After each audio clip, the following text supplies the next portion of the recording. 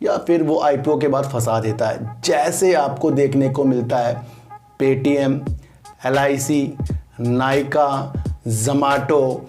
अब इनके अंदर 1-1.5 साल बाद से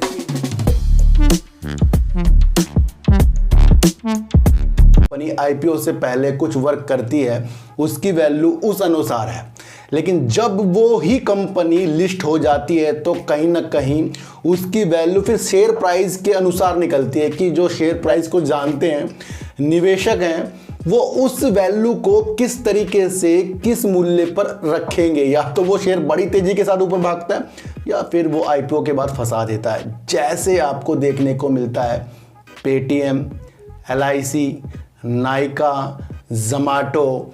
अब इनके अंदर 1-1.5 साल बाद से तेजी आ रही है। और जब ये लिस्ट हुए थे हाहाकार मच गया था सर, पेटीएम ने तो आपको पता है कितना रुलाया है।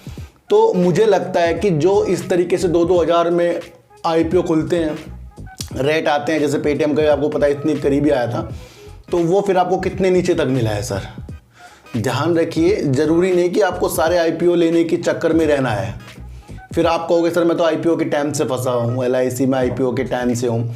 तो कंपनी को अपनी क्षमता को बाहर तो वो दिखाती है, लेकिन जब वो शेयर मार्केट में लिस्ट होती है आईपीओ के थ्रू तो वहाँ पर उसकी वैल्यू कुछ और हो जाती है। कुछ शेयर भाग भी जाते हैं ऊपर की तरफ, लेकिन कुछ शेयरों में अधिकतर हमें देखने को मिलता है। फिर हम कहते हैं सर हम ना आईपीओ के से फंस रहे हैं। तो इसे मुझे नहीं लगता कि मैं उसके अंदर इस तरीके से इन्वेस्ट करूंगा, इसलिए मैं आईपीओ में ज़्यादा ध्यान नहीं देता, बल्कि मैं उसके लिस्टिंग के बाद फिर वेट करता हूं कि किस तरीके से इसके अंदर ऑपरेटर गेम भी होते हैं, उतार चढ़ाव भी होते हैं। तो जिन्होंने पेटीएम को कहाँ मिला था अब कहाँ मिल रहा है, सर सारी बातें होती हैं, सबके लिए क्या क्या चीज़ें सूट करता है। इसलिए मैं उन चीज़ों की तरफ नहीं जाता जो मेरी बुद्धि जो मुझे कहती है कि भाई आईपीओ तो एक तरह से हम फिर इस तरह से ले रहे हैं ना, सर हमने खरीदा और हमें वो बढ़ जाए अगले 2 दिन में ही बहुत अच्छा हो जाए लिस्टिंग के बाद, तो हमें पैसा कमाने का मौका मिल जाएगा। ये दिशा है सबकी।